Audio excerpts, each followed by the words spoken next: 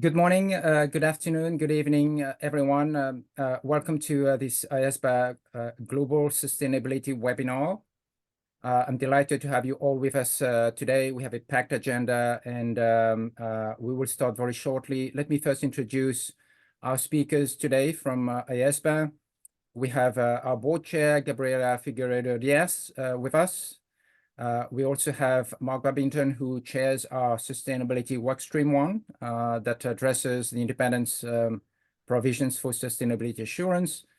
We also have Workstream 2 member, Huesken, who is going to present to us the proposals relating to the ethics provisions for sustainability reporting and assurance.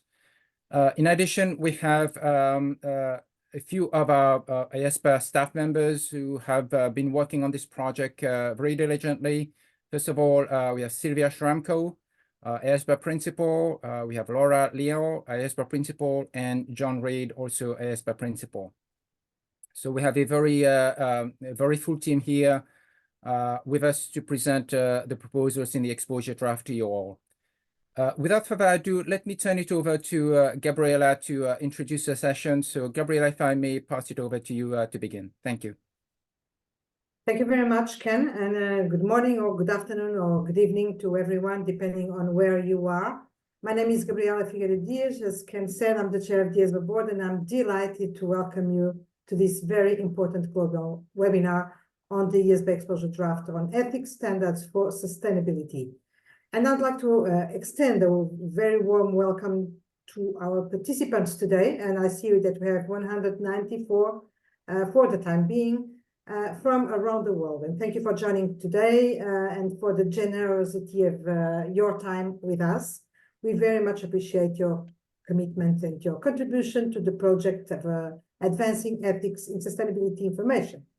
The purpose of this webinar is mostly to explain what the IESBA is proposing and start collecting some feedback and some doubts that you may have to be informed and prepared to respond to the public consultation that the IESBA has published more or less 1 month ago.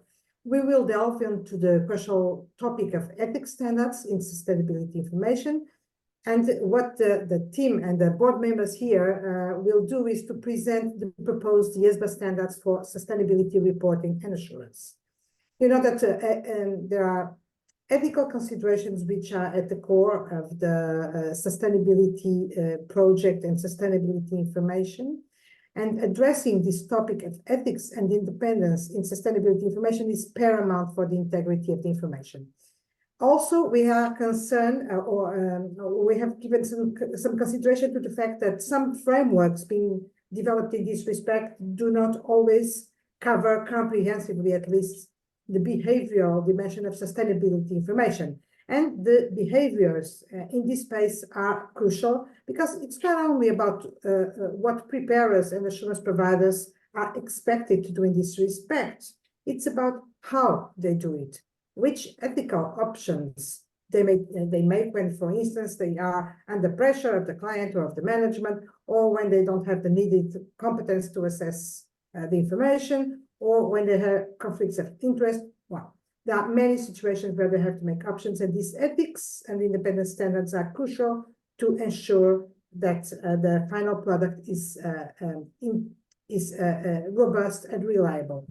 It's not a nice to have, it's not an optional extra, it's the most fundamental safeguard against wrongdoing, greenwashing, and fraud. And that's why we developed these standards, and we are proposing some standards in this space about which you will hear today. So the agenda, you will see the agenda in the first slide of the presentation. But I really encourage you to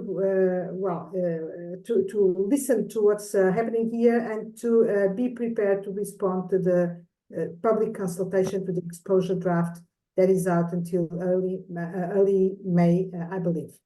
I'm really excited about this global webinar about the importance of and the opportunity of having so many people from so many different regions listening to this presentation.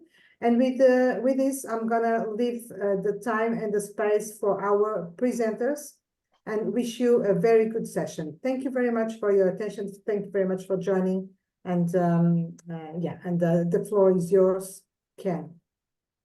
Thank you, Gabriela. So while we wait for Diana to bring up the slides, just a couple of house rules for our participants. At the end of the presentation, we will have a Q&A session. I would encourage you to raise your questions, comments in the Q&A function in Zoom, and we will go through them and raise the appropriate questions for open discussion during that Q&A session. The webinar is also recorded, and the link will be posted to the board's website. So you will be all encouraged to share the link at the end of the session. It will be distributed to you, so we'd encourage you to share the recording across your networks and across your organizations. So for today's session, we have, as indicated earlier, a packed agenda. So we will start first with an overview of the architecture, the standards as we have envisioned them, and how they fit into the broader infrastructure of standards to support sustainability reporting and assurance, and the board's role in promoting sustainability goals. Then we will walk through the key proposals in the exposure draft, starting first with the enhanced ethics standards for sustainability reporting. We will then move through the proposals in the draft IESSA, as we call it, the International Ethics Standards for Sustainability Assurance. And we will dive there into a number of the key proposals in the International Independent Standards. And we will wrap up with an overview of the timeline and the next steps toward finalization of the standard. And then we'll open up for the Q&A session. So with that, let me first turn over to our first speaker of the day, Rich Huesken, to take us through the first item on the agenda. Rich, over to you. Thanks, Ken. And good morning and good afternoon to everybody around the world. One of the guiding principles for IESBA's activities is that ethics is a means to an end, to contribute to and rebuild trust and confidence in businesses and markets, and support well-functioning economies and societies. And so for sustainability, this means fostering the right behaviors and actions for those preparing information and from those providing assurance on it, so that users of the information can make informed investment decisions. There is an increasing demand for sustainability information to support capital allocation by investors and to support decision-making by customers, government agencies, and other stakeholders. In addition, there's a pressing public interest to ensure that information is trustworthy, comparable, and capable of being subject to assurance. Thus, the sustainability information needs to include a number of building blocks, including standardized approaches to reporting and development of global and regional sustainability reporting frameworks, such as the IFRS International Sustainability Standards Board standards that have been issued, and the European Sustainability Reporting Standards are two excellent examples of that.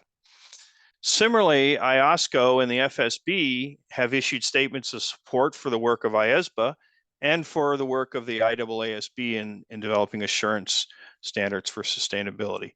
The system will not be complete, operable, and effective, though, without a robust element of ethics and independent standards that underpin the sustainability reporting and assurance infrastructure. So, Diane, if we can move to the next slide. So to develop that underlying support for the sustainability infrastructure, IESBA kicked off its project at the December 22 meeting to address ethics issues that might arise in sustainability reporting and to develop ethics and independent standards for use by all sustainability assurance practitioners.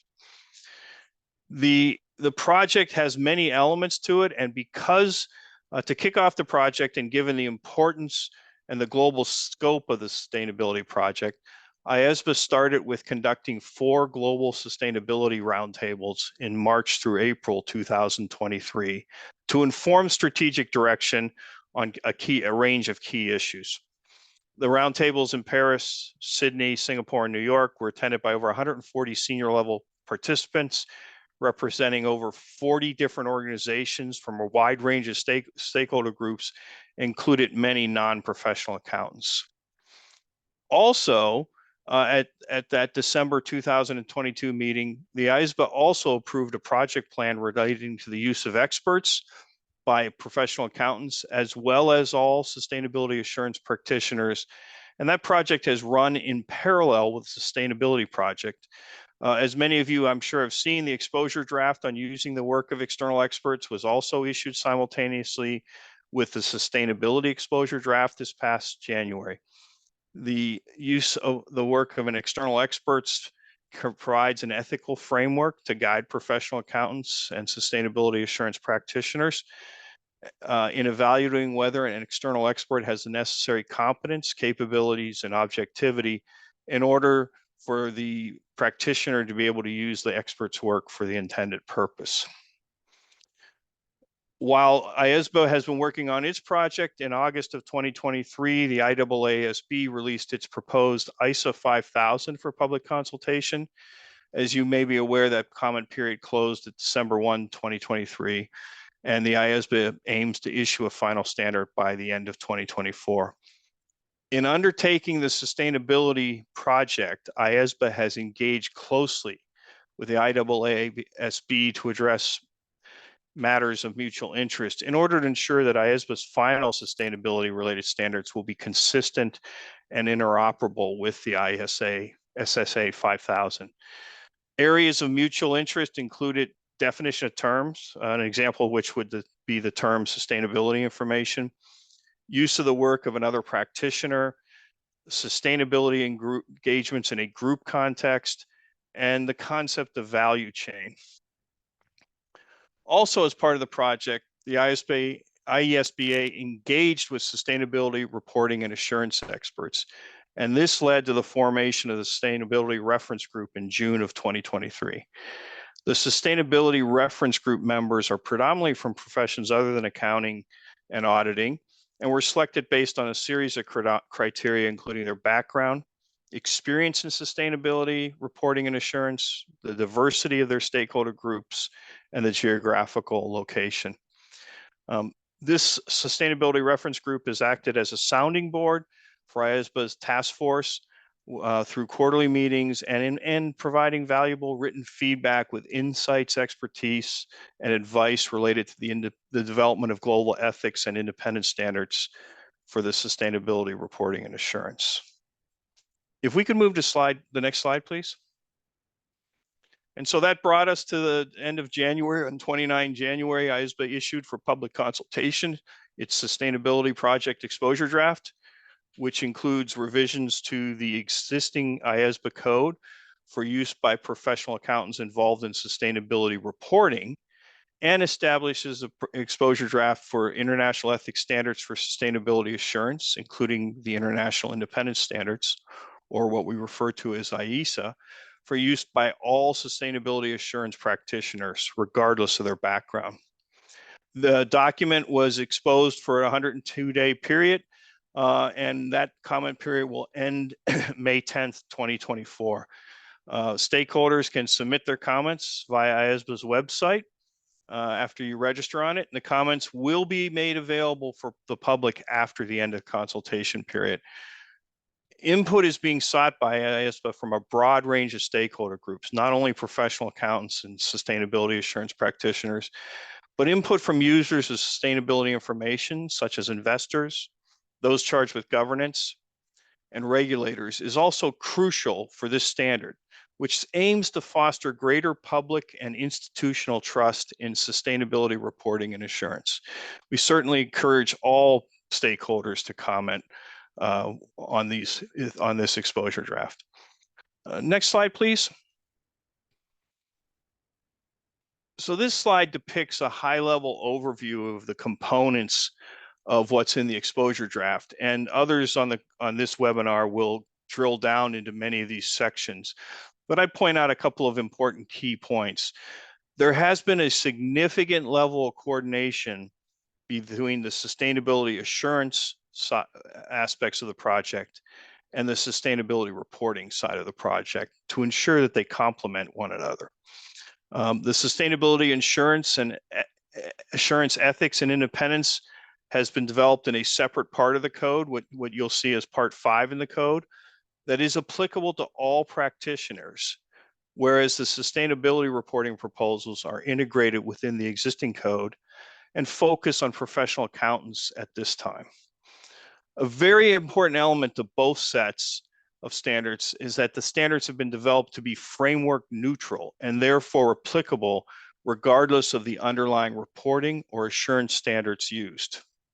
And finally, as mentioned before, the IESBA has coordinated closely with the IAASB, but has also coordinated with standard setters in other areas throughout the development of the standards. So with that, I'm going to pass this to Jon Reid, who's going to start to talk in a little bit more detail about the ethics provisions in the proposal. Jon?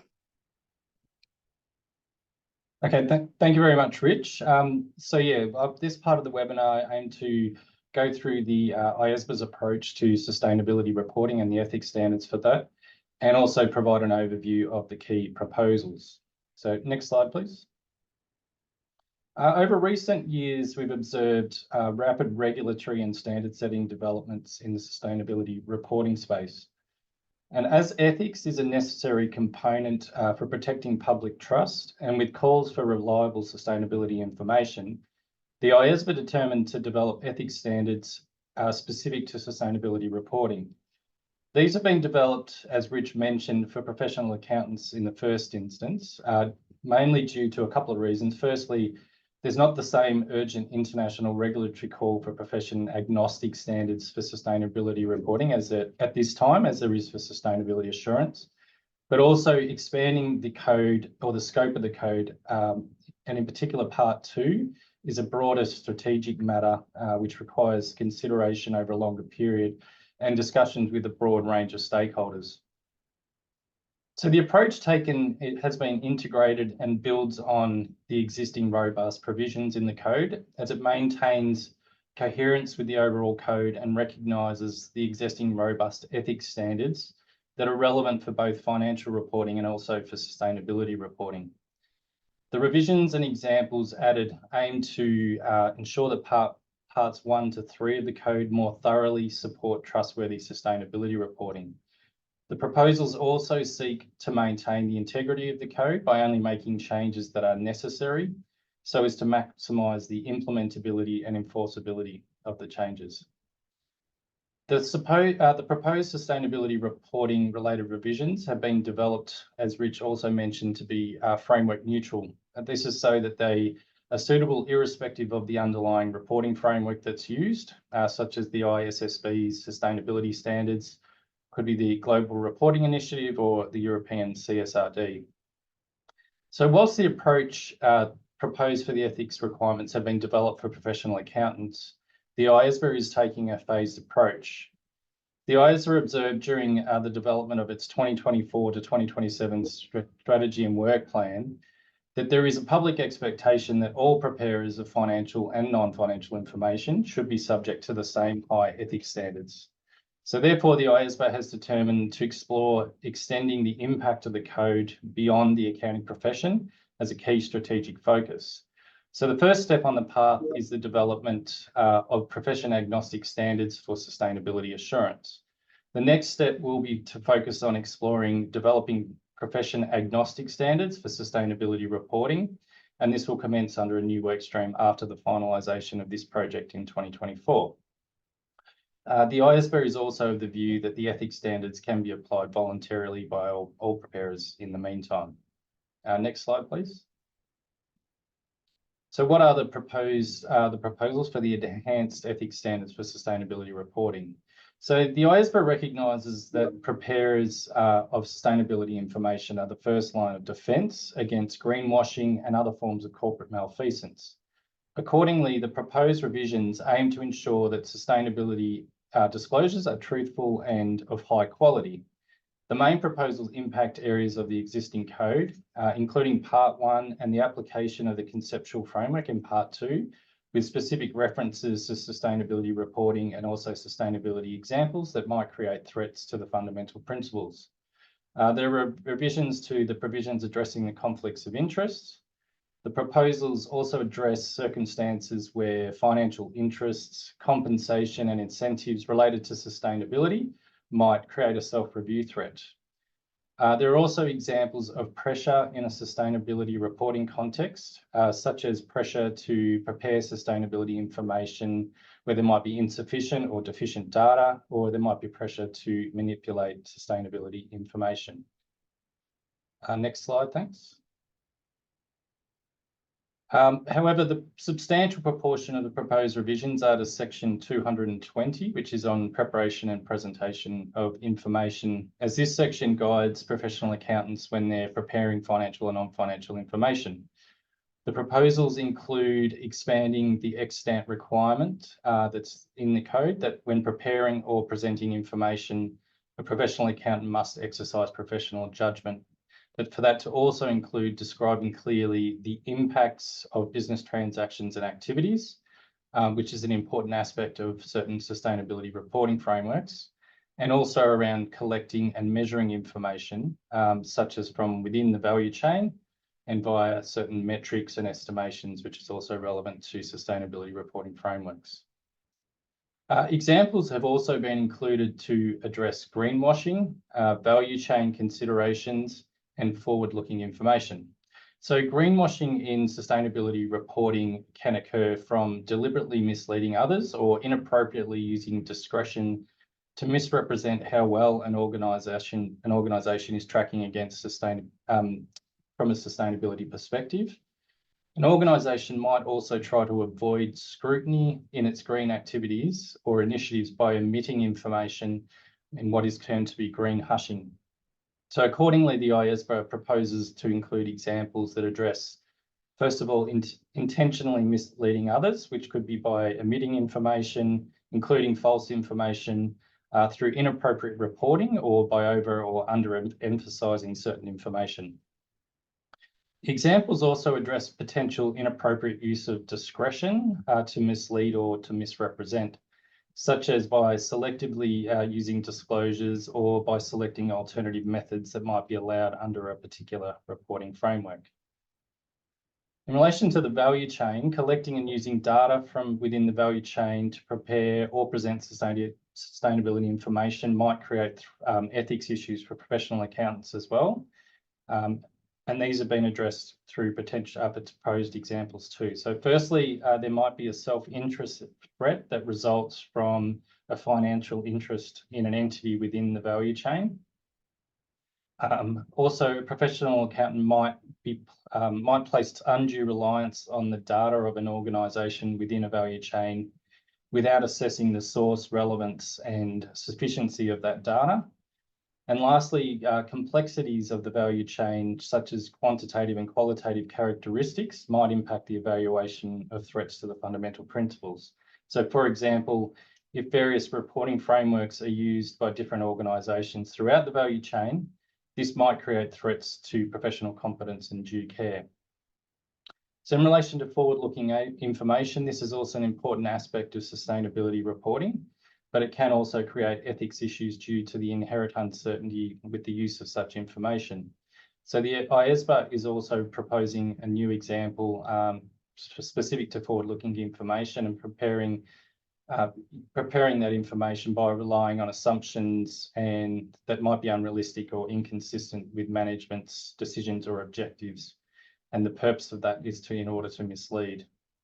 So that's an overview of the proposed sustainability reporting revisions, and I'll now pass to Mark, who's going to discuss the international ethics standards for sustainability assurance. That's great. Thank you, John, and hello, everyone. Really good to be able to join you today. If we can move on one slide, please, Diana. So the first thing I want to talk through are really what the main characteristics are of our proposed new standard. I think it's fair to say that we carefully considered the characteristics that drove our work. So firstly, that the standard that's out for consultation has been designed in a profession agnostic way. The standard should be capable of being understood and applied by all practitioners who carry out sustainability assurance engagements, including those who are not professional accountants.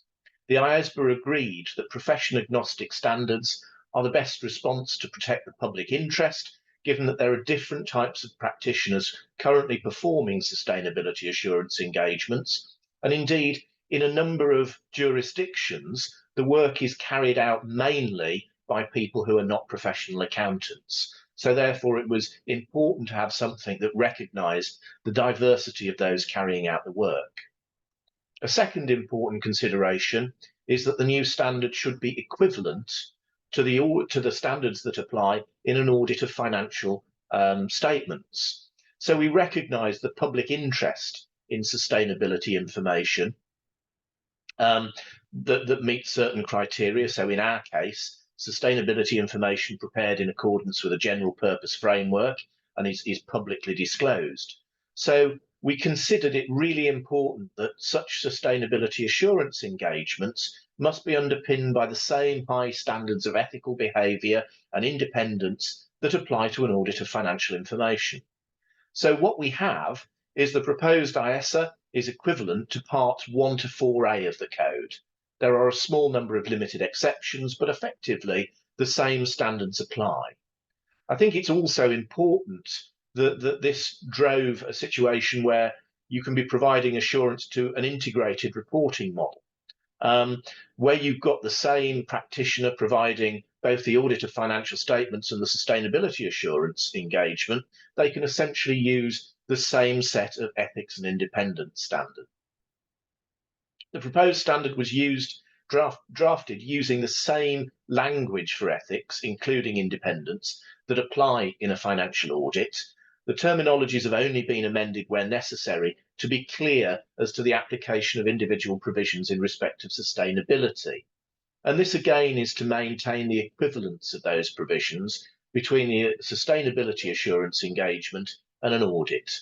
And as a result, we're comfortable that what we've done minimises the risk of regulatory arbitrage, for instance, where a court could be interpreting differences in the meaning that applies to a requirement on a sustainability assurance practitioner and an auditor when none was intended. So what you'll see is the standard has been prepared in a way that provides a single version of the truth. You may have also heard as a characteristic the use of the term framework neutral. So to align with the code's current approach, IESBA developed the proposed IESSA in a framework neutral way, so it can underpin any reporting or assurance framework used to prepare or assure sustainability information. And of course, in preparing our standard, we have carefully considered the global sustainability reporting and assurance standards developed by both the ISSB and the IAASB. And so what we have is a standard that is interoperable with both of those. And I think the final consideration was that we have a standalone Part 5 of the code. We deliberated at length and spoke to a lot of stakeholders at the round tables about how to best present the new standard. Having a Part 5 of the code, our stakeholders told us, would help ensure that the new standards are comprehensive, scalable, clear, implementable, globally operable and enforceable for all sustainability assurance practitioners. And those are key characteristics of the public interest framework issued by the PIOB. And I think this is a really important step, because for those who are not professional accountants, it means that all of the requirements can be sourced in one part of the code and you're not having to search around in lots of different areas. So if we can move on to the next slide, please. This just basically shows you what the structure of the code now looks like. So for those of you familiar with the code, you've got in an audit of financial statements, of course, the parts 1 to 4A that would apply. For Part 4B would apply in an engagement other than an audit and review engagement. And then you've got Part 5, a standalone part of the code, which has got the international ethics standards for sustainability assurance, including the international independent standards. So that really sort of is intended to make it easier for practitioners who aren't familiar with the code to find what they need, and also to confirm our intent throughout has been to have an equivalent regime. If we can move on to the next slide, please. In terms of applicability, so Part 5 of the code applies when a sustainability assurance practitioner is performing an assurance engagement as defined in accordance with the proposed revisions to the glossary that supports the code. So firstly, a sustainability assurance practitioner. The glossary of the code now defines those practitioners as individuals conducting a sustainability assurance engagement, so that's usually the engagement leader and other members of the team, or as applicable, the firm. And as explained, this applies irrespective of the profession of the individual, so it doesn't matter whether they're a professional accountant or not. A new definition for sustainability information, so intended to provide the relevant subject matter that determines the applicability of the standard. So the proposed definition of sustainability information is intentionally broad and sufficiently generic so it doesn't date quickly. And it's also intended to be interoperable with the various reporting and assurance standards that are developed, including, of course, the proposed ISSA 5000, which the IEESB have consulted on. And finally, sustainability assurance engagements. The IESSA only applies if the practitioner provides an engagement that results in a form of assurance opinion. So the definition of sustainability assurance engagement clarifies that the code applies only to engagements designed to enhance the degree of confidence on the part of intended users about the sustainability information. It does not apply, for example, to certification engagements that are intended to confirm compliance with specifications set out in those certification standards. Part 5 sets out the same provisions for sustainability assurance engagements that fall within its scope, irrespective of whether the engagement is a limited assurance or a reasonable assurance one. The distinction between a limited assurance engagement and a reasonable assurance engagement is also consistent with the definition of an assurance engagement in accordance with the IEESB's proposed ISSA 5000. The IESSA consists of two sets of standards, ethics and independence. And in the next part of the presentation, we'll provide an overview of the scope of such standards and the specific matters that they address. So with that, I'll hand over to Laura. So I'm going to speak a little bit about some topics related to the ethics standards in the IESSA in new part 5. So if you could move please to the next slide. So let me first talk about a little bit of the scope of the ethics standards. And as Mark explained, a new part 5 of the code was decided to house the IESSA. It was the IESBA's preferred approach. However, this decision did not come without some challenges, for instance, in terms of defining the scope of the ethics provisions. And this is because the extant code applies to one group of practitioners, professional accountants, that can perform different types of activities or services. And under the sustainability project, we have profession agnostic standards for different groups of practitioners that can come from different professions or different fields, performing only one type of engagements, which is a sustainability assurance engagement. So if we focused on the blue box on the left, the way that the IESBA found to solve this paradigm shift was to develop ethics standards for all sustainability assurance engagements, as well as any other services that the practitioner provides to the same sustainability assurance client.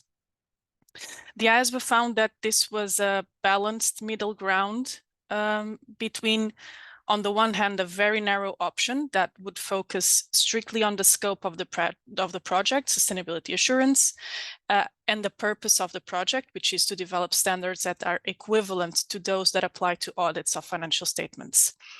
This would have meant developing ethics standards only for sustainability assurance engagements that are subject to the independence requirements in Part 5, and we'll see later on which engagements those are.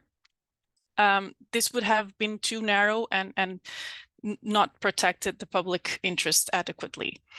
And on the other hand, we had a very broad option consisting of adopting the same scope as the extant code. And this would have meant developing ethics standards for all activities and all services provided by sustainability assurance practitioners to any of their clients. And this would have gone beyond the scope of the project and could potentially raise questions about the basis for the IESBA to set standards in such a wide way. If we focus now on the box, on the red box on the right hand side of the slide, the IESBA also recognizes that having high ethics standards that address circumstances outside the scope of the ethics standards in Part 5, such as, for instance, services that the practitioner provides to other clients, is also important. And therefore, the proposed IESSA reminds practitioners who are professional accountants that the rest of the code still applies in all situations that are not covered by Part 5. And it also encourages practitioners who are not professional accountants to apply the rest of the code in all situations not covered by Part 5, because other aspects of the practitioner's conduct might contribute to or impair the credibility of and the public trust in the sustainability assurance work. So this slide explains how that characteristic of a new standalone Part 5 of the code impacted the definition of the scope of the ethics standards. And if we move on to the next slide, this one speaks to the equivalence aspect of the IESSA in terms of the ethics provisions. So regarding ethics provisions, equivalence means that interests, relationships, and circumstances that might create threats to the fundamental principles in the context of an audit of the financial statements, they might also create similar threats in sustainability assurance engagements. And so the IESBA reviewed the ethics standards set out in the extant code that applied to the audits of financial statements, and it considered whether any changes or refinements were necessary based on the specific characteristics of sustainability assurance engagements. This meant looking especially to the examples of threats and safeguards to the fundamental principles, to the examples of conflicts of interests, examples of inducements, etc. And we can see here a few examples of those ethics provisions that apply to the audits of financial statements and that were adapted into Part 5. So fundamental principles and the conceptual framework, pressure to breach those fundamental principles, conflicts of interests, provisions relating to fees, to inducements, and also how to respond to non-compliance with laws and regulations. In short, NOCLAR. And if we focus on this last box in green, we will speak about NOCLAR on the next slide in a little bit more detail, because apart from the scope of the ethics standards, NOCLAR is one of the most relevant aspects of the ethics provisions in IESSA, and it also has impacts on the extant code, since there is a new proposed requirement for the auditor of the financial statements, which was a consequence of the refinements that the IESBA felt was necessary to add in Part 5. So if we could move on to the next slide, please. When assessing whether there were any specificities related to sustainability assurance that should be included in Part 5 for NOCLAR, the IESBA agreed to set out a new requirement in Part 5 for the sustainability assurance practitioner to consider communicating a situation of non-compliance or suspected non-compliance with laws and regulations to the auditor of the financial statements of the client. This requirement applies only when the practitioner is performing a sustainability assurance engagement within the scope of the international standards in Part 5. And again, we will see what those engagements are a bit later. And because these are the types of sustainability assurance engagements that the IESBA deemed equivalent to an audit of the financial statements from a public interest perspective. So I'm focusing now on that gray box at the bottom of the slide. The IESBA recognizes that the impacts that the sustainability information can have on the financial statements of an entity, which is particularly evident in integrated reporting, and therefore consider that the practitioner should be required to consider communication with the client's auditor in case of non-compliance. of course, without that communication being considered a breach of the fundamental principle of confidentiality. And to guide the practitioner when considering communicating the non-compliance situation to the auditor, there is also a provision in Part 5 that sets out examples of factors that might be relevant to ponder. These factors include, for instance, whether the communication to the auditor would be contrary to law or regulations, whether management or those charged with governance have already informed the auditor about the non-compliance situation, and also if and how the firms or the network firms protocols address communication of non-compliance within the firm or network firm. And this is relevant when both the auditor and the sustainability assurance practitioner belong to the same firm or network firm. So as a consequence of these new provisions included in Part 5, the IESBA also agreed to include mirroring provisions in the extant code for the auditor of the financial statements to consider communicating a situation of non-compliance or suspected non-compliance to the sustainability assurance practitioner who is performing an engagement within the scope of the international standards in Part 5, of the independent standards in Part 5. So this way, equivalence is ensured between the ethics provisions that are applicable to the audits of financial statements and to the sustainability assurance engagements within the scope of those independent standards in Part 5. Just a final note regarding the terms of the communication between the auditor and the sustainability assurance practitioner and vice versa in general, which means outside of a situation of no-CLAR. This is a topic for the assurance standards that are being developed by the IASB, and so the IESBA is only focusing on the communication within the context of non-compliance. And let me hand over to Mark and Szilvia regarding the independent standards. Thank you, Laura. So I'm going to take the first part of this section, which is going to look at the international independent standards included in Part 5 of the code. So if we can go to the next slide, please. First, just really a bit of a refresher. The scope of the independent standards that apply within Part 5 apply to those sustainability assurance engagements where the sustainability information is reported in accordance with a general purpose framework. And it's also required to be provided in accordance with law or regulation, or is publicly disclosed to support decision-making by investors or other stakeholders.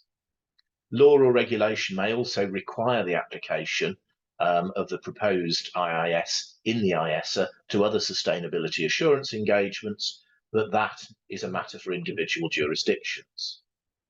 So what happens if you don't meet that definition?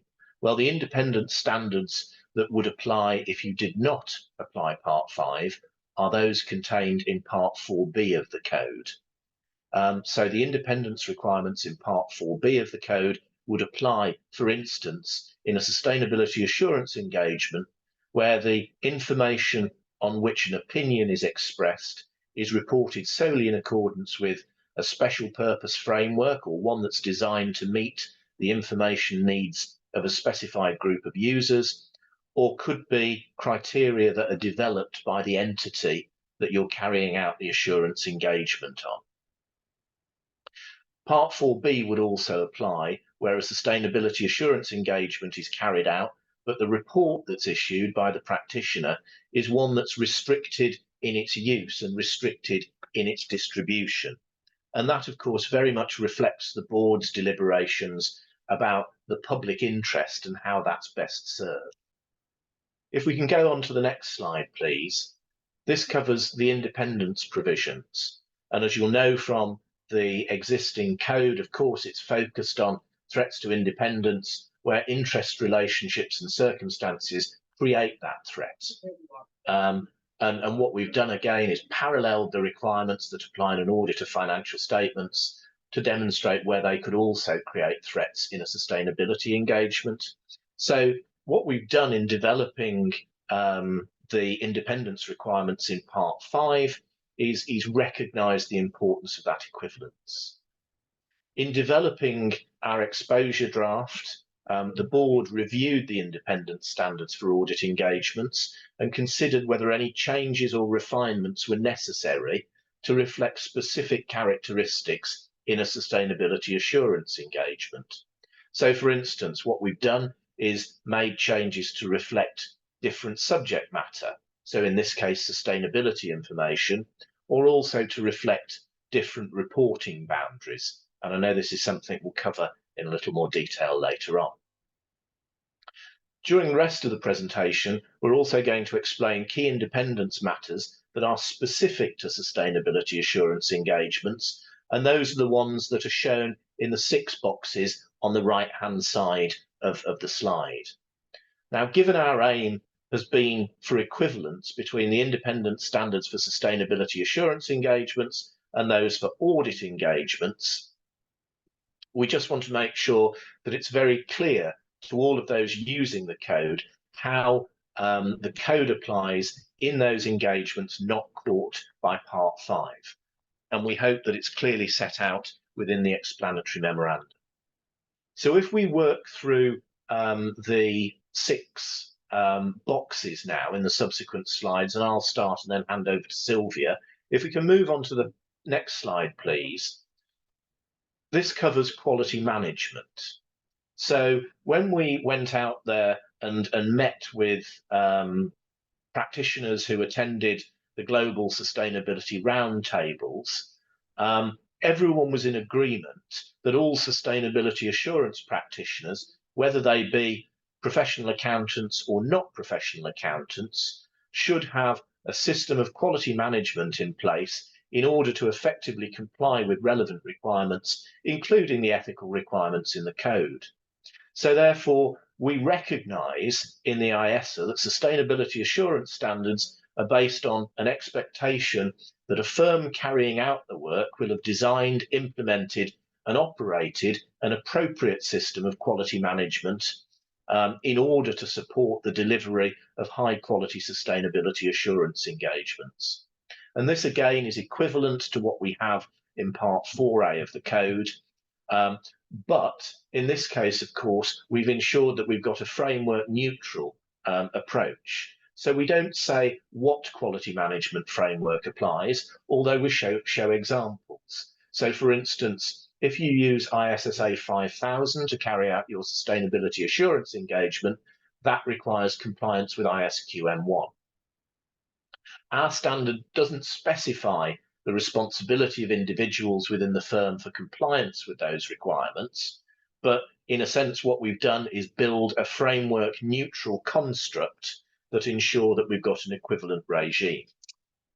So legal, regulatory or professional requirements that deal with a firm's responsibilities to design, implement and operate a quality management system might require that firm to address different responsibilities in order to meet their ethical requirements, including those related to independence. The allocation of those responsibilities within a firm will depend on the size, structure, organisation and complexity. And again, in order to make sure that we've got a framework neutral approach and to ensure that it reflects the diversity of different providers who work in the sustainability assurance space, we have very carefully developed our proposals to preserve that. I suppose it's also worth commenting that when we refer to a firm in the standard, the definition of a firm in the context of a sustainability assurance engagement is again equivalent to the approach used in the context of an audit or another assurance engagement. So under Part 5, a firm could include a sole practitioner, a partnership or a corporation of sustainability assurance practitioners and controlled or controlling entities of such parties through ownership, management and by other means. So hopefully you're beginning to recognise now the work that's gone into making sure that we have an equivalent framework that will hopefully underpin the same high levels of confidence that exist in an audit of financial statements. The final issue I want to talk about on the next slide, please, is how we approach the definition of a public interest entity in a sustainability assurance engagement. So firstly, we were very mindful in considering this issue that a revised PI definition in the code will come into effect in December 2024. And the box on the bottom left sets out how that definition applies. But what we've effectively done is followed the same approach to determine what is a PI for the purposes of a sustainability assurance client as an audit client. So effectively, the same definition will apply for an audit client. In terms of how the PI definition is applied, what we didn't want to do is have two sort of conflicting sets of requirements. So effectively, for the purposes of the code, if an entity is a public interest entity for the purposes of the audit of financial statements, it is a public interest entity for the purposes of the sustainability engagement. However, there are no criteria whereby unilaterally using the provisions of the code, an entity can be determined to be a public interest entity that then sort of parallels back onto the entity for the purposes of the audit of the financial statements. So, as in the case of audit engagements, the factors guiding the determination of the entity as a PI is based entirely on their public interest in their financial condition. It may be that, and we're really interested to hear feedback on this, but it may be that stakeholders also have heightened expectations about the sustainability information and whether or not that constitutes a higher public interest issue. However, the board very carefully considered that in the current regulatory environment, there would be the risk of confusion if we allowed an entity to be determined a PI solely on the basis of its sustainability information when it wasn't from a financial perspective. So therefore, what we've done is leverage what we have in the code as it currently is, and we hope that that will provide clarity and a workable framework for those who engage in this sector. And with that, I'm now going to hand over to Szilvia to carry on through the rest of those boxes. Thank you very much, Mark. Diana, can you please turn to the next slide? So the next topic I would like to talk about is the independence consideration related to group sustainability assurance engagement, namely engagement carried out on group sustainability information that includes information of more than one entity or business unit. The IESBA took into account that reporting and providing assurance and sustainability information will be mandatory mostly for entities that operate as a group. In addition, there are a few frameworks already that require entities to disclose their sustainability information on a consolidated basis. So against this background, the IESBA was of the view that the new IESSA should specifically address group sustainability assurance engagements. Therefore, the IESBA proposed a dedicated section, section 5405, to the groups. Following the general principle of IESBA, the provisions in this section are equivalent to the provisions in the extent code applicable to the group audit engagement. And it also talks about groups and components. In line with that, the IESSA sets out that the group sustainability assurance client also includes the components where assurance work is performed for the purposes of the sustainability assurance engagement. Equivalent to group audit engagements, components could be an entity, business unit, function, or business activity determined by the group sustainability assurance firm for the purposes of planning and performing the assurance procedures. However, the definition, the sustainability assurance client definition explicitly excludes entities within the value chain. For the purpose of the ethics and the independence standards in IESSA, value chain entities are not part of the group and they are not components. So we will talk about the considerations applicable to the value chain entities shortly. Finally, I wanted to also point out that the board noted and discussed why the IESSA specifically addresses group and provides a comprehensive and detailed approach for the independence considerations, IEESB standards, the proposed ISSA 5000, addresses group engagement only in a general and overarching way. This is not a contradiction between the two standards, it's simply that there is a different approach. That still, IESBA seeks further input on the matter of the groups included, and IESBA included a specific question in the ED for stakeholders to better understand how the practice on sustainability assurance, group sustainability assurance engagement might evolve, and also to see if there are any issues related to the application of the proposed standards. The next slide, please. So, as I mentioned previously, while developing IESSA, the board considered what are those sustainability-specific characteristics that might differ from the audit of the financial statements. So one of such issues is that the reporting boundary for sustainability information might be broader or could be broader than the reporting boundary for the financial statements. Therefore, the firm might need to consider involving other sustainability assurance practitioners outside of the firm when they perform the assurance work at the entity or at a component. For example, if the firm needs to perform assurance procedures at a related entity or a business unit in a different country. So the IESSA addresses the independence considerations applicable when the firm uses the work of such practitioners, but there is a slight difference in the approach depending on whether this other practitioner is under direction, supervision, and review of the firm or not. So the first scenario that you can see on the left-hand side of the slides is if the practitioner is under direction, supervision, and review. And although they are outside of the firm, as they perform assurance work, by definition, they are part of the sustainability assurance team.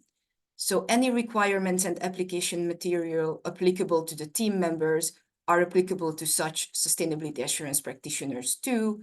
And of course, they need to be independent of the sustainability assurance client.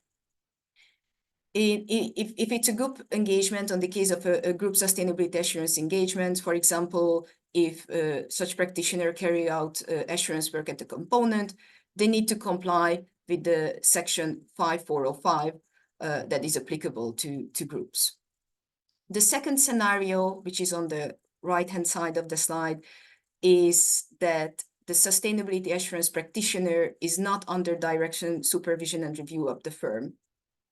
And even in this case, given that the practitioner perform assurance work, so they are not experts or other individuals only providing support for the engagement, therefore, they still need to be independent.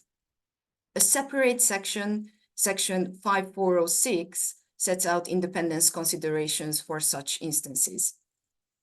So in this section, the IESBA recognizes that since the firm has no direction, supervision, and review, the firm cannot directly require the practitioner to comply with the code's provisions. In some instances, for example, the practitioner might have already completed the assurance work and might not have been subject to Part 5 of the code.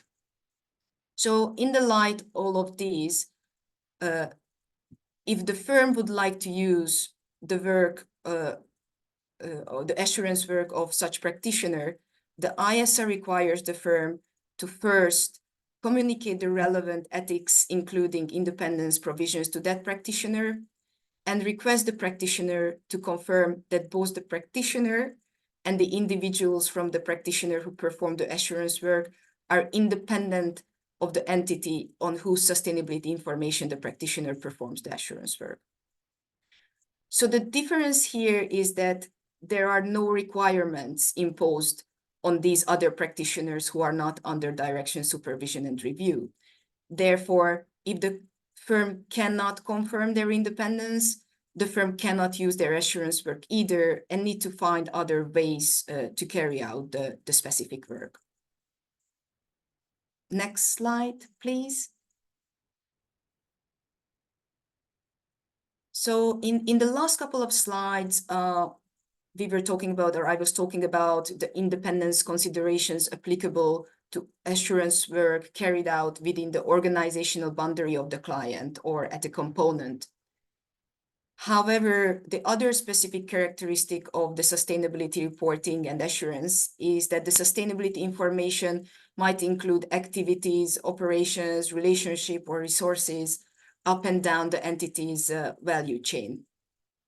Therefore, the proposed IESSA also addresses these value chain entities. However, the IESBA agreed not to create a value chain entity definition in the code only for the purposes of independent standards. Instead, the code defines a value chain entity as a reporting concept that is defined, described, or otherwise specified in the applicable reporting framework. As explained before, given that these value chain entities are not within the control or under the influence of the reporting entity, the IESBA decided that for the purposes of the ethics and the independent standards in IESSA, the value chain entities are not part of the client definition and they are not components. Still, as you can see on the illustration on the slide, the information from value chain entity might be included in the sustainability information on which the firm expresses an opinion. Therefore, the firm might determine to perform assurance work at that value chain entity. In that case, the assurance work can be performed either by the firm itself, or most likely the firm will use the assurance work of another sustainability assurance practitioner. So the IESSA provides independence considerations for both scenarios in sections 5407. Next slide, please. So as you can see on this slide, the first scenario is that the firm performs the assurance work at the value chain entity. And in that case, the firm needs to be independent of the value chain entity in accordance with Part 5. But there might be other instances, which is, we believe, a more likely scenario, that the firm will use the assurance work performed by another sustainability assurance practitioner at the value chain entity. This is the second box in the middle on the slide. So in that case, the firm needs to be satisfied that the practitioner is independent of the value chain entity in accordance with the provisions of Part 5. This approach applies irrespective of whether the practitioner is under direction, supervision, and review of the firm or not. So the approach is the same for both cases. While developing these provisions, the IESBA recognized that in practice, value chain entities might be included in the sustainability information of several entities. Therefore, it might not be reasonable or even realistic for the sustainability assurance practitioner to respond to each and every request regarding its independence. For that reason, Section 5407 specifically mentions that one possible way to get information on the sustainability assurance practitioner's independence in accordance with Part 5 is to rely on a statement of independence in the practitioner's report, if there is such involved. The third scenario on the right-hand side is that the firm performs the assurance work on the sustainability assurance, the sustainability information from a value chain entity based on the information provided by the sustainability assurance client without carrying out any assurance work at the value chain entity. Of course, in that case, the firm and the members of the sustainability assurance team need to be independent of the sustainability assurance client in accordance with the independence requirements of Part 5, which is already provided if they followed or if they complied the rest of the sections in Part 5. Next slide, please. Another independence issue that the IESBA considered in relation to the value chain entity is the independence of the firm from a value chain entity where assurance work is performed if the firm used the assurance work of another sustainability assurance practitioner. So probably it's quite complex as I'm explaining it, but if you just have a look at the slide, I think it's easier to understand that now we are talking about the relationship between the value chain entity, so the box is in purple, and between the firm. Of course, if there is a scenario that another sustainability assurance practitioner is involved in the sustainability assurance work. So section 5407 sets out that if the firm uses the work of another sustainability assurance practitioner, the firm needs to be satisfied that this practitioner is independent from the value chain entity. However, at the end of the day, if the firm, it is the firm which is ultimately responsible for the sustainability assurance engagement, even though it chooses to use the assurance work of an independent other practitioner. So questions were raised whether any interest, relationship, or circumstances between the firm and that value chain entity could create threats to the firm's independence. So here we are talking about situations like the firm holding a material financial interest in the value chain entity. Or another possible example is when the firm provided sustainability data and information services in relation to the value chain entity's information that is now subject to assurance. So the IESBA was of the view that IESSA should address these specific circumstances. On balance, however, the IESBA acknowledged that the value chain entity is not part of the client. There is no control or influence over such entities. Therefore, it wouldn't be proportionate to require the firm to monitor any relationships with the client's value chain entities. So therefore, the approach where IESBA is landed is that section 5700 requires the sustainability team members to use the so-called knows or has reason to believe principle in these cases. It means that when the sustainability assurance team knows or has a reason to believe that an interest, a relationship, or circumstance between the firm, the network firm, or the member of the team and the value chain entity is relevant to the evaluation of the firm's independence from the client, the team is required to include that interest, relationship, or circumstance when identifying, evaluating, and addressing the threats to independence. So in relation to that slide, I just also wanted to emphasize, because that's the question we received before, that in the context, we are only talking about value chain entities when the value chain entities information is included in the sustainability information, and there is assurance work performed in relation to that information. So that's really narrows the pool or the scope of the entities, value chain entities we are talking about. So it doesn't mean that the firm should consider and apply the knows or reason to believe principle to any value chain entities of the specific client. So the next slide, please. Another important area and an independence issue is the provision of non-assurance services to a sustainability assurance client, and the question of what are those non-assurance services that the firm can or cannot provide to its client. Again, as I mentioned before, the IESBA found that the threats arising from providing non-assurance services to a client are the same in the context of sustainability assurance engagement and an audit engagement. Therefore, IESBA believes that the same general principles should apply in the new Part 5 as well, such as the prohibition from providing any non-assurance services that might create a self-review threat, or the prohibition from assuming management responsibility when providing non-assurance services to the client. The key difference here is that in the context of a sustainability assurance engagement, the firm needs to consider the impact of the service on the sustainability information and not the impact on the financial statements. So although the extent code for the audit engagement does not set out an exhaustive list of prohibited services, while we know that a couple of national regulations do. It provides specific examples or the list of examples to prohibited services.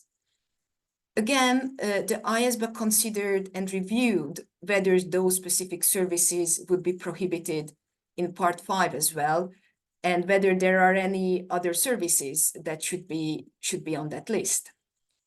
So the list that you can see on the right side of the slide is the list of those NAS that are proposed to be specifically addressed in the subsections of section 5700 of the IESBA. So they are not necessarily prohibited. We are only talking about that they are specifically addressed.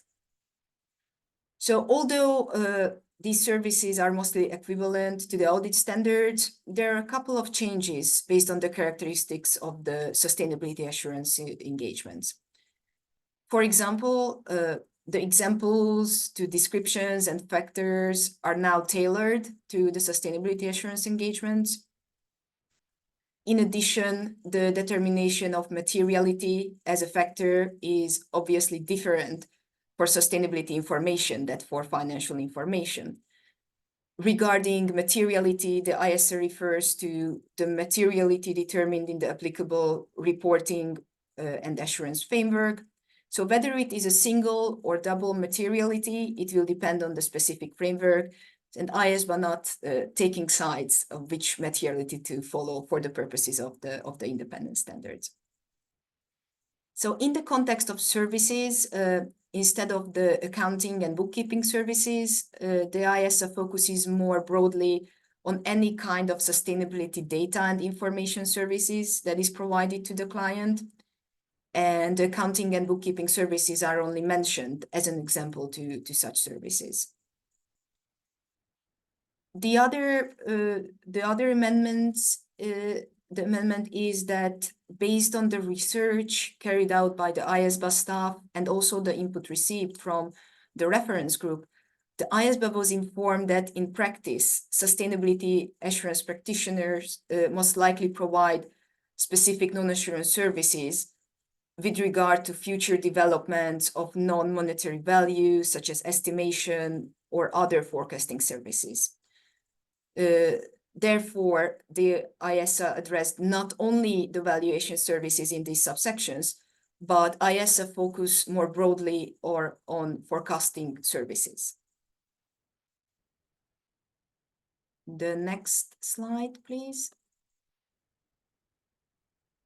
And finally, as we mentioned before, IESSA and the Part 5 applies to sustainability assurance engagement, irrespective whether it is the auditor of the client or another professional accountant or a non-professional accountant who provides the sustainability assurance engagement.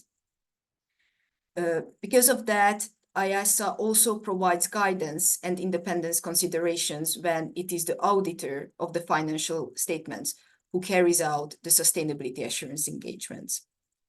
So the first issue relates to the matter of fees.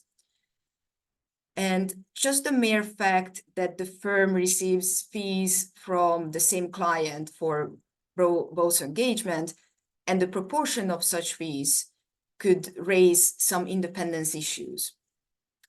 Although the IESBA fully recognizes and supports that the ultimate goal is integrated reporting, the board's experience was that the two engagements, the audit and the sustainability assurance engagement, are still separate engagements in most cases. Furthermore, national laws and regulations still focuses on the disclosure of the audit fees separately, and any other fees for assurance services disclosed as fees for non-audits, disclosed as fees as non-audit services. So given this background, the IESBA considered that a large proportion of fees for sustainability assurance engagements to audit fees could raise concerns about the potential loss of either of the engagements, or it could create a perception that the firm focuses more on sustainability assurance relationships and that might compromise the firm's independence. So the provisions in the context of the fees or the proportion of the fees at the moment is only an application material in IESSA. It doesn't propose any kind of fee cap or determines a percentage that would constitute a large proportion of the fees for sustainability assurance engagement. It simply provides a guidance for the firms to evaluate the level of the threats created by the proportion of the fees, and if those threats are not at an acceptable level, address them if necessary. So IESBA doesn't believe that these guidance would have any kind of unintended consequences on the sustainability market. The other area is the long association between the client and the firm's personnel. So in IESSA, services as key audit partner and key sustainability assurance reader are treated as equivalent. Therefore, when a firm is evaluating the level of the threats created by long association, the firm and the individuals within the firm needs to consider prior services in any of those roles.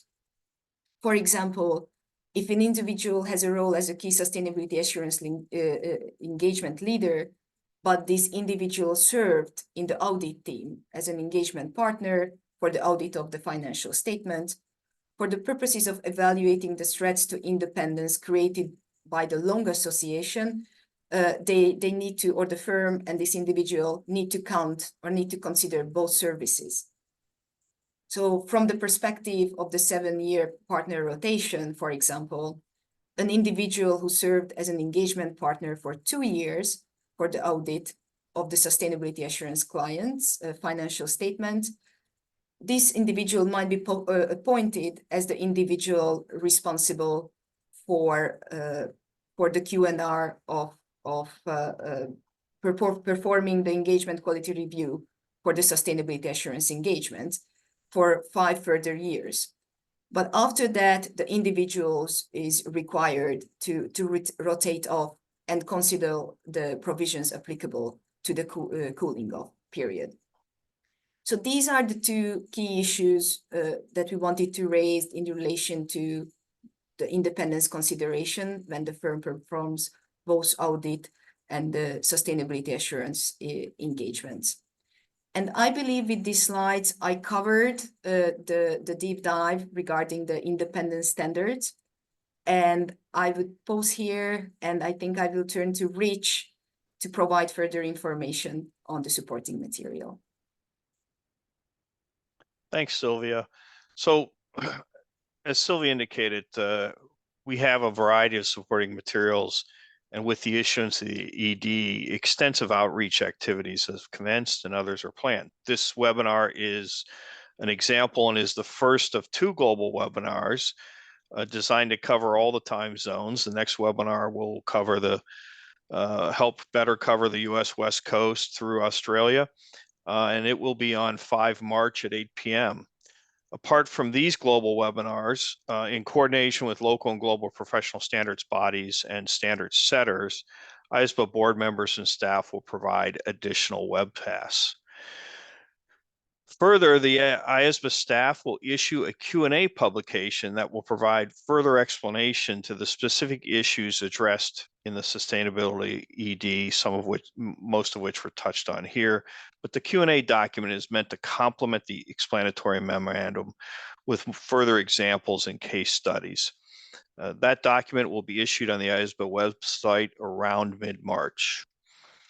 And then there's in-person seminars that will be held. The IESBA will organize targeted seminars to discuss the proposals of the ED with IESBA staff members, board members, and staff participating in panel discussions in 4 locations: Brussels, Tokyo, Toronto, and Melbourne, Australia, in the April through May timeframe. These will be more targeted discussions, given that the IESBA has held global roundtables last year and will focus on specifics in the standard. If we could move to the next slide, just give you an overview of our time frame going forward. Obviously, we have issued the exposure draft. We are covering performing the global webinars that we just talked about, including this one, and the other in-person outreach will continue. The comment letters are due 10 May as a reminder. So if you're inclined to comment, please, we really encourage that and ask you to do so. The June board meeting will be will be where we'll take a look at the key themes that were received in comment letters from the exposure draft. And then in the September board meeting, there will be a full review of all comments from the exposure draft and a first read of a post-exposure document.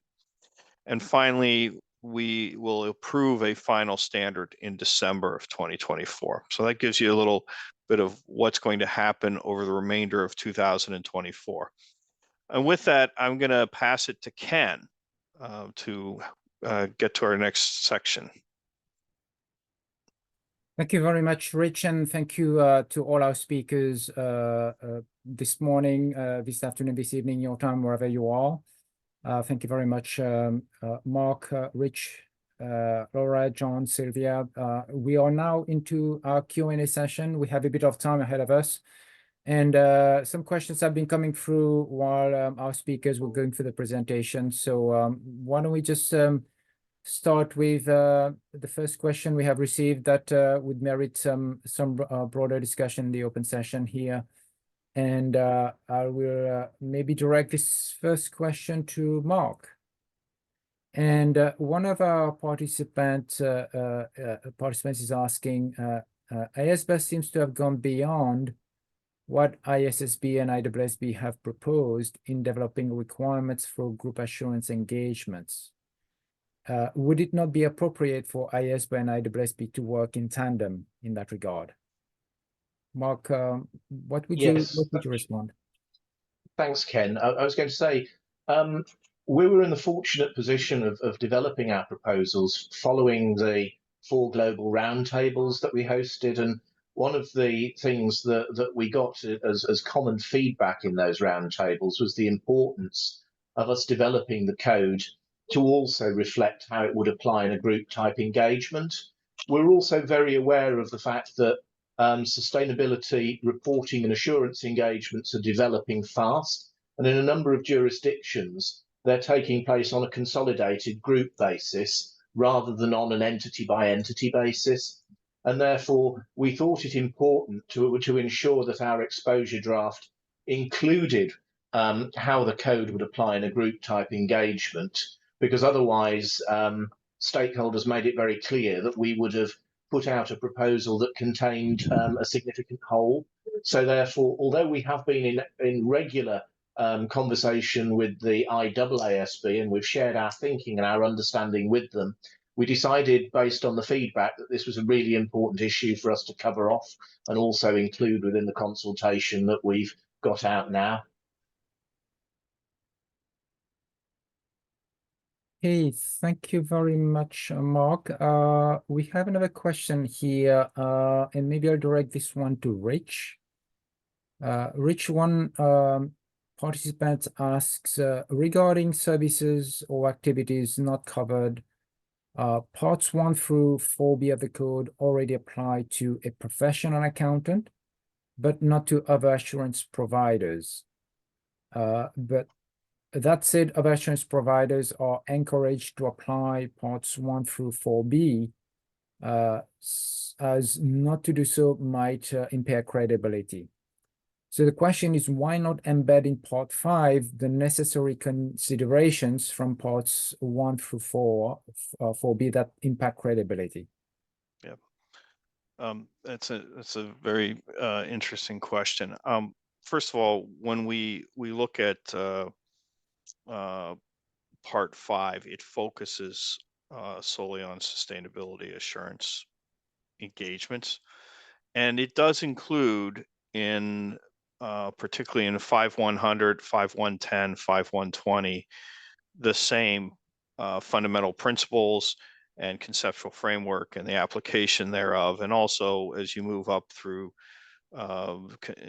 addressing breaches in 5270 and all of 5300. Those sections, if you go back to the extant code, you'll note that they are the same same principles and ethics standards apply. The point of Part 5B was to put one of the points was to put everything in one place for sustainability assurance practitioners, both the ethics and the independent standards that apply to them. And as has been mentioned a few times, that section is designed to be profession agnostic. And the board has thus addressed sustainability related considerations in the ethics section for PAs, but there isn't a fundamental difference between the two sets of ethics standards. But the board had a call for creating profession agnostic standards in Part 5, whereas the parts 1 through 4 in 4B in the extant code are designed to be specific to PAs, and the board doesn't have a mandate to address other services that are provided by those. However, I would also point out that if you look at our strategic work plan for the 24 to 27 timeframe, there is a project in there to address the application of 4B, as well as to consider some other aspects of sustainability reporting. Okay, thank you very much, Rich. So let's move on to another question here that's come up, and that's in the context of or related to group assurance engagements. And it's a two-part question, and I'll turn it over to Mark. The first part of the question is, what is the definition of assurance work, and does it include risk assessment procedures? That's the first question. And the second part of the question is, what does it mean for the assurance work to be performed at a component? If we use component information that group management obtained as part of their process to prepare the sustainability information, is that assurance work at the component? Thanks, Ken. So on the first part of the question, in a sense, it's an assurance question. Not necessarily one that sits directly within ethics and independence. So one of the things that we have to be careful is that we're not accused of using the code to set assurance requirements sort of by the back door. So I think this is part of the ongoing discussion and engagement with the IESBA as an assurance standard setter about how they construct their requirements and what's required as part of the as part of one of those engagements. On the second part, in terms of assurance work to be performed at a component, like this is one of the benefits of IESBA having followed an equivalent process as works in an audit of financial statements. So those of you who are familiar with the code and the recent updates to it will remember that we dealt with this issue when the code was revised for ETGA. So there is a Q&A on the IESBA website, and that actually provides a fulsome response to that issue and how it applies. But basically, it's a parallel to how it would apply in an audit of financial statements. So if you go to that FAQ on ETGA, the answer's there at question 14. Yes, thank you very much, Mark. So let me raise another question to you as well, Mark, because that's related to the proposing international independent standards in Part 5. And the question goes, the presentation refers to a knows or has reason to believe principle. The knows or has reason to believe principle is used in the extant code, but it is not defined or explained as a principle. Is this a principle or a concept that will now be defined to assist consistent application? And related to this, there's another question there. Would an engagement team need to apply the reason, knows or has reason to believe independence concept to a value chain entity, even if another practitioner performed the assurance work at that value chain entity? So a really interesting one, Ken. Like we discussed this at length as as a task force, and you know, the use of the principle knows or has reason to believe is used elsewhere in the code, and indeed many may remember that it's something that was included in the recent updates to the code as a result of our tax planning work. So the reason for using the test, as Szilvia was explaining earlier on in the presentation, was when we were looking at the value chain and any existence of threats to independence. As Szilvia explained, there was a requirement that sat there within the code for in order to get confirmations to confirm the independence of people who were being relied upon for the purposes of part of the engagement. But the knows or has reason to believe test is there almost as a backstop. It's to say, is the sustainability assurance provider aware of anything that might pose a threat to their independence that needs to be safeguarded?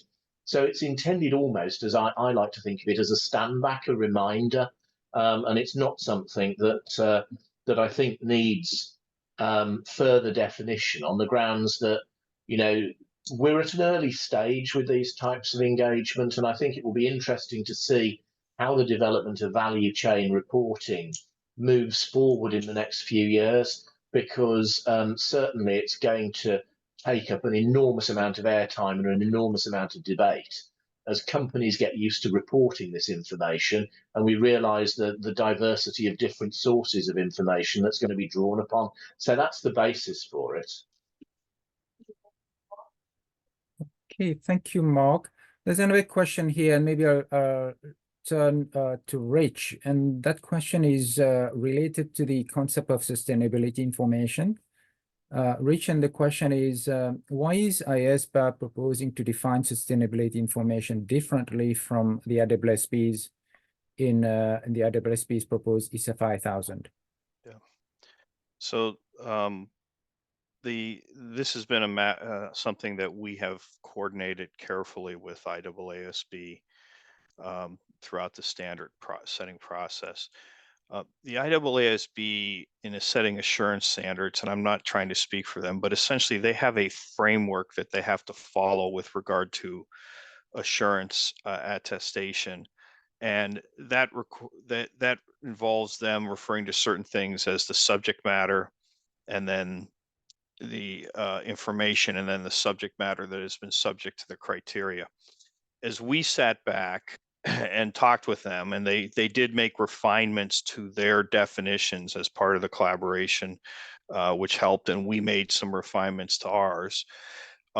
We've created a definition of sustainability information that we mentioned before that is all encompassing, and in other words, it's framework agnostic. And if you look through it, no matter what is reported or required from any framework, and no matter which assurance frameworks are being applied, that definition that we're using includes it, encompasses it. And when doing that, we went back and looked at a number of other sustainability information definitions or equivalents, including that from the UN and from several other bodies in the process. I think there was close to a dozen that we looked at. And so we're comfortable, and as is, I think, the IAASB from our discussions, that we have an overarching definition and theirs fits within that. Thank you, Rich. Let me raise another question to Mark, and that's also in relation to value chain entity. And maybe Mark, because the next one also is in relation to value chain entity. So let me see if you can take the two.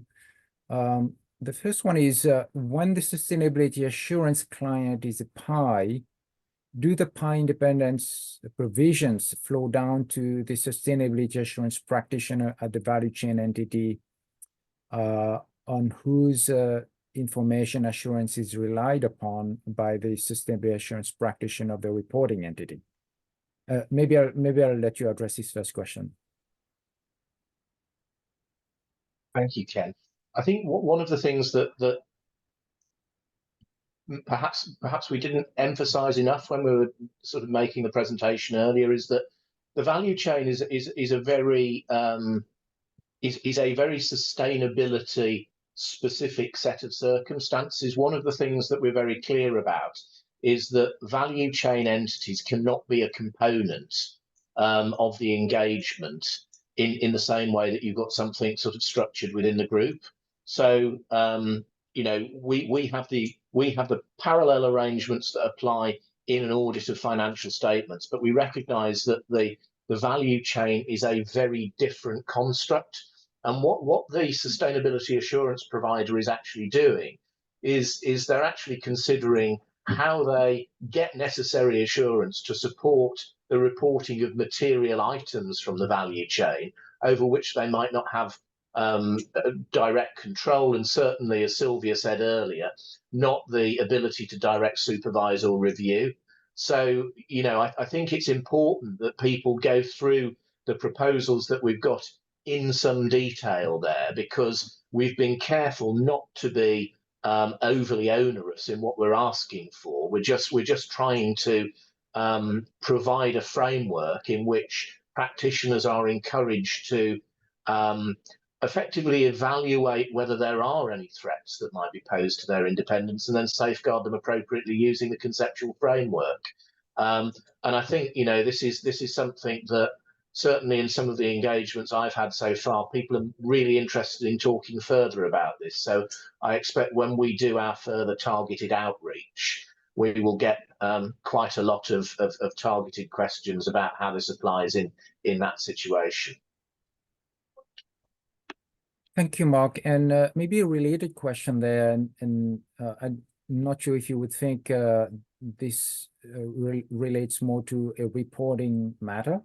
The question is, does the value chain entity, or is the concept of value chain entity only relevant if we assure S3? And I suppose I'm just wondering whether S3 is relating to Scope 3 emissions, but let me know if you have any thoughts. That's the case. I'm assuming that's the case, Ken. So certainly, if we go down the route of looking at reporting that we'll see under ESRS or reporting under IESSB, the value chain reporting will be Scope 3 emissions. So therefore, what you'll have is and remember that value chain reporting focuses on material items in the value chain, not the full totality of it.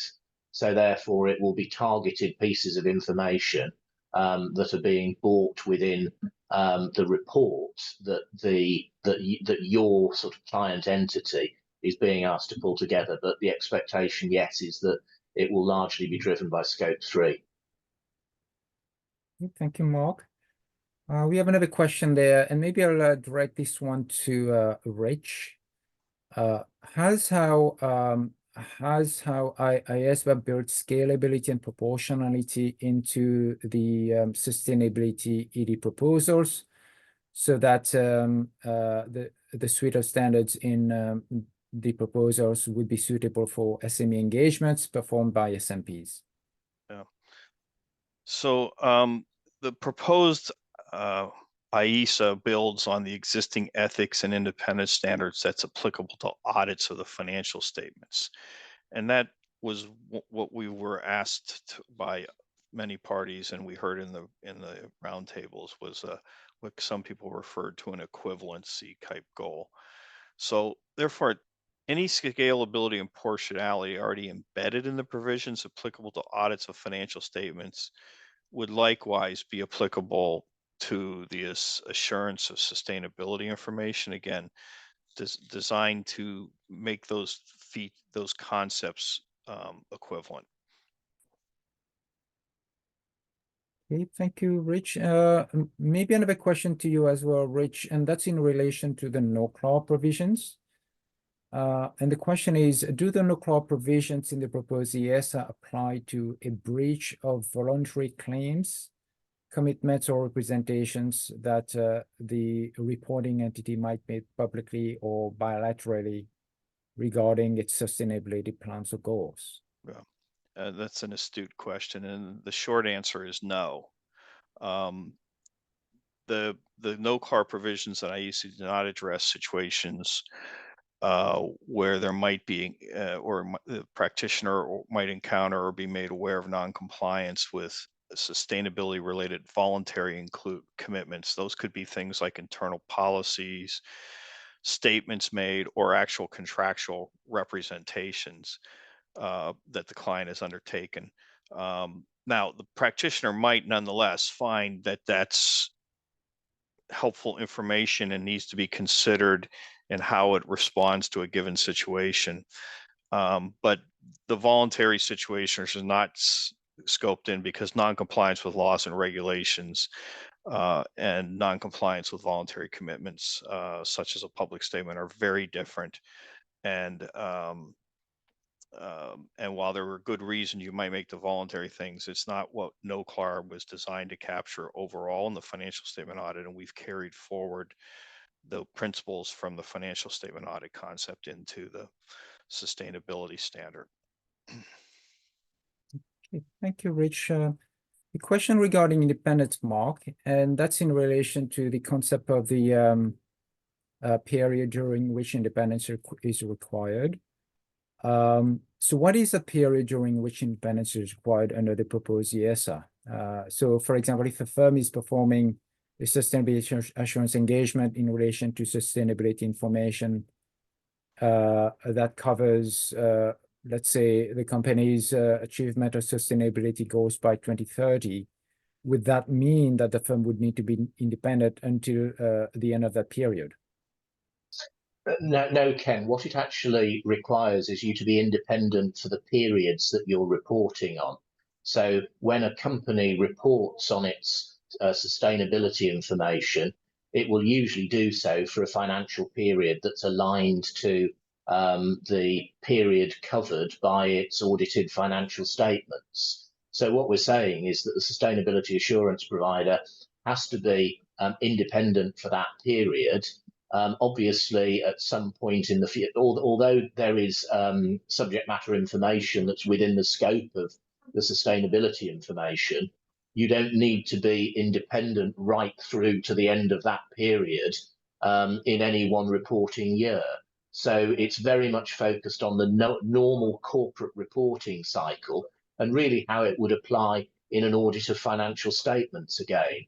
If you were auditing a bank or financial services institution that had forward-looking expected credit losses, you wouldn't necessarily be expected to be independent of that entity through to the end of that forward-look period. It would be those periods on which you were giving an assurance opinion.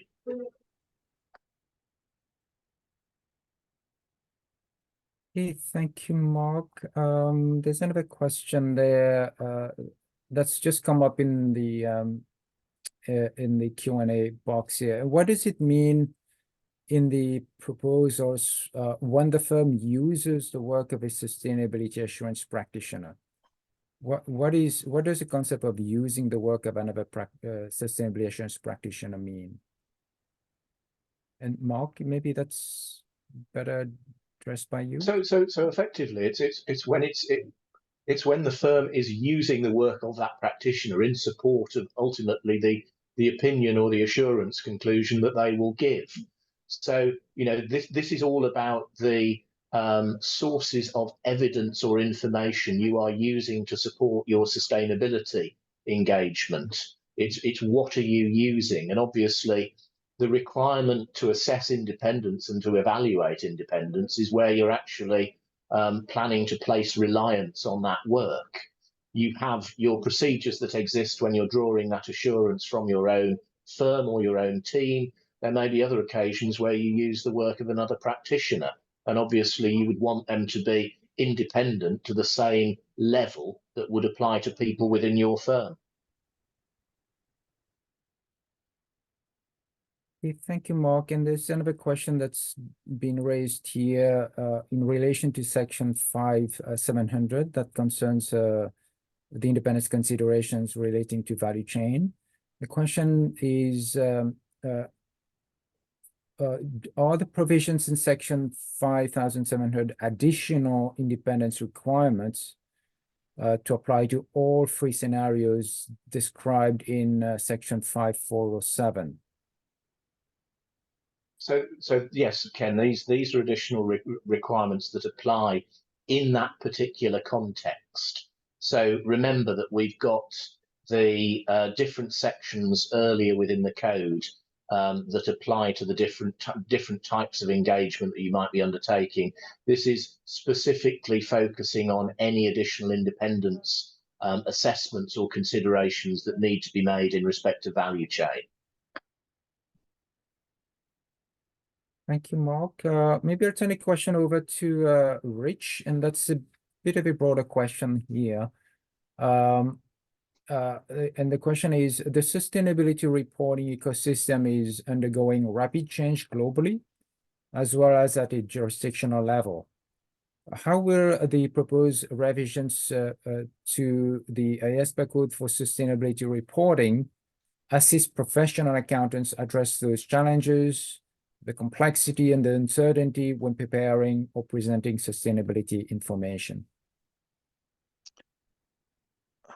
Sure, Mark doesn't want to answer that one. Rich. I got it. I think you need to look at it, and first of all, as we think about professional accountants, the code addresses, and with the revisions that were discussed today to the ethics section in the extant code, and applies equally now to, will apply equally to both financial and non-financial reporting,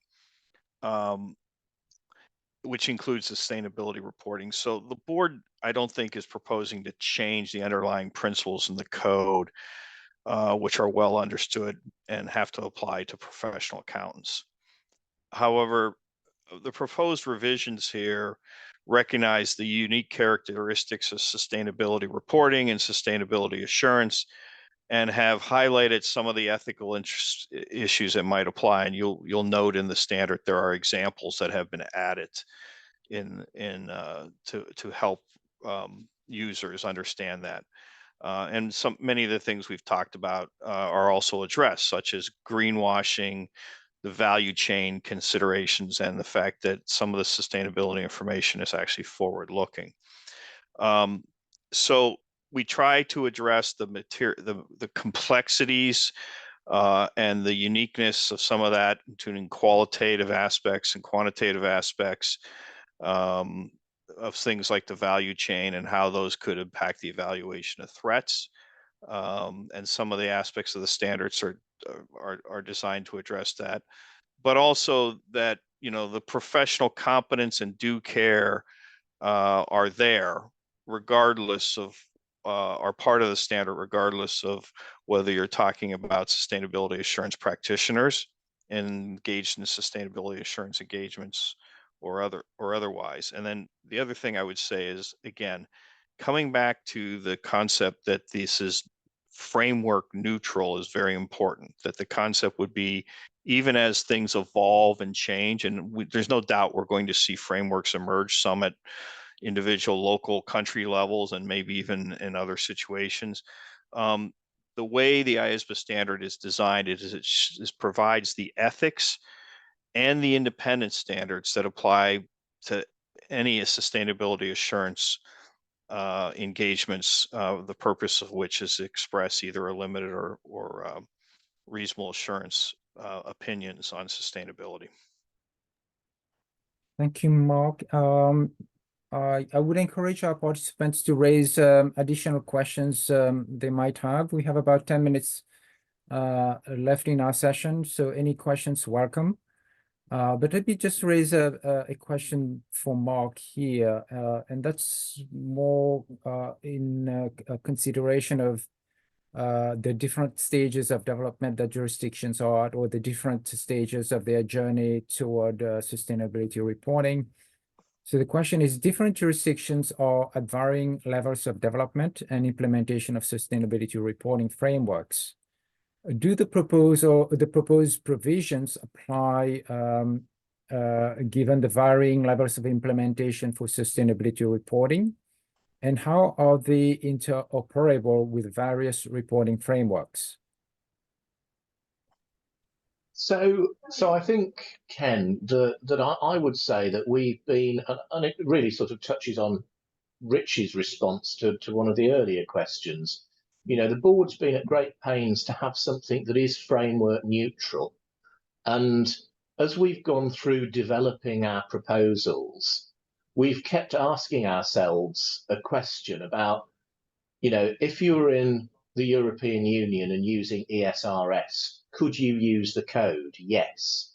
If you were reporting under ISSB, could you use the code? Yes. If you were carrying out a different type of sustainability engagement, and people who look at our website will have seen the statement of intent and the exchange of letters with the International Accreditation Foundation. It's intended to support those engagements as well. So I think something that the board asked a lot of questions around, and indeed Gabriella, as our chair, challenged us very strongly on, was to say, are you content that what you have developed could be used for sustainability engagements of any type that meet the criteria that we've set out? And I think the answer to that is yes. And I think, if you also remember that what we've tried to do is we've tried to leverage the model that applies in an audit engagement. The way in which the code applies in an audit applies to very small and straightforward audits, and it applies to very large and complex global audits. So I think that that's one of the enduring strengths of the principles-based approach of the code, that it is fit for purpose in very different types of engagement. Thank you very much, Mark. I think we have essentially come to an end because I'm not seeing any additional questions that participants have raised. There were questions that were raised throughout the session that our team responded to individually, as they were relatively straightforward, but otherwise questions that would have benefited from perhaps a more open airing or discussion, I think we've gone through them. So let me take the time now then to thank all our participants for making the time to come and listen to this webinar and listen to our speakers take us through the proposals in the exposure draft. Thank you, Mark, Rich, John, Laura, and Szilvia, and our board chair, Gabriela Figueiredo-Diaz. She's had to leave a little bit earlier today to attend to another commitment. But thank you all to our speakers, and important to you all, our participants, wherever you are around the world. Thank you for making the time. I would encourage you to go through the exposure draft and really send us your comments. Send us your comments. The exposure period will open until around May 10th. And we would make sure that we go through your comments very carefully and bring them to our board's attention and consideration. The webinar has been recorded, and following the completion of the session, a link to the recording will be circulated to all participants, as well as the presentation slides.